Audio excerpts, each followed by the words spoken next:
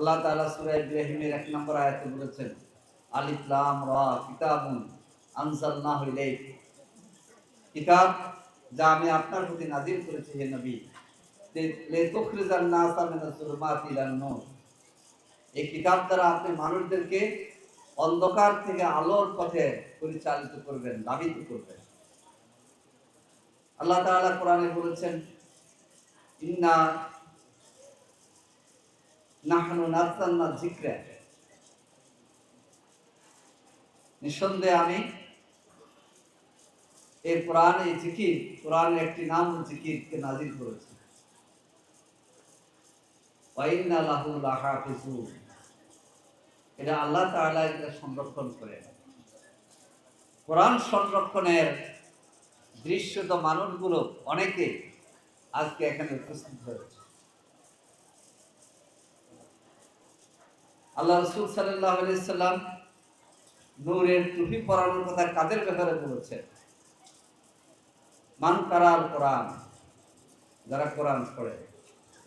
এতটুকুর মধ্যে সীমাবদ্ধ থাকেন নেই, ও হাফেজাহু, কোরআনকে মুখস্থ করে, সংরক্ষণ করে। আলহামদুলিল্লাহ, পৃথিবীর যে কিতাবটা নিখুঁত এবং আল্লাহ তাআলা যেভাবে নাযিল করেছেন সে অভাবে আমাদের কাছে বিদ্যমান। সে আল কোরআনের চর্চাকে ধরে রাখার জন্য আগামী বাংলাদেশ হবে সবচেয়ে যারা সম্বর্ধনা পাবে তারা হবে হাফেজ কোরআন। আগামী বাংলাদেশে যারা সবচেয়ে বেশি সম্মান পাবে তারা হচ্ছে উলামায়ে কেরাম, ইমাম, মুয়াজ্জিন, খতিবরা। প্রিয় ভাইরা, আসুন সর্বশেষ কোরআনের সে কথাটি বলি। আল্লাহ তাআলা বলেছেন, বুজুহু ইয়াওমাইযিন নাঈমা লিসাইহা রাদিয়া ফি জান্নাতিন আলিয়া। কিয়ামতের দিন মানুষ যখন বিষণ্ণ থাকবে, পাপীরা যখন পানির জন্য পিপাসার্ত থাকবে, তখন আল্লাহ তাআলা বলছেন এমন কিছু লোকের চেহারা সেদিন সুমোদ্ভাসিত হবে, লিসাইহা রাদিয়া, তারা দুনিয়ার কৃতকর্মের জন্য, পরিশ্রমের জন্য, কষ্টের জন্য তারা সেদিন খুশি হবে।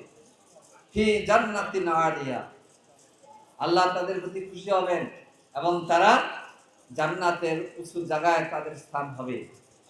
আপনারা যে কষ্ট করেছেন, যে কষ্ট করে কোরআনের হাফেজ হিসাবে আপনি এগিয়ে যাওয়ার জন্য চেষ্টা করবেন, নিঃসন্দেহে আল্লাহ তাআলা আপনাদের পথকে প্রশস্ত করবেন এবং জান্নাতের পথেই আল্লাহ তাআলার সাথে আমাদের মোলাকাত হবে। এই সুন্দর পথে আল্লাহ তাআলা যেন আমাদের সকলের কর্মপ্রচেষ্টাকে কবুল করেন।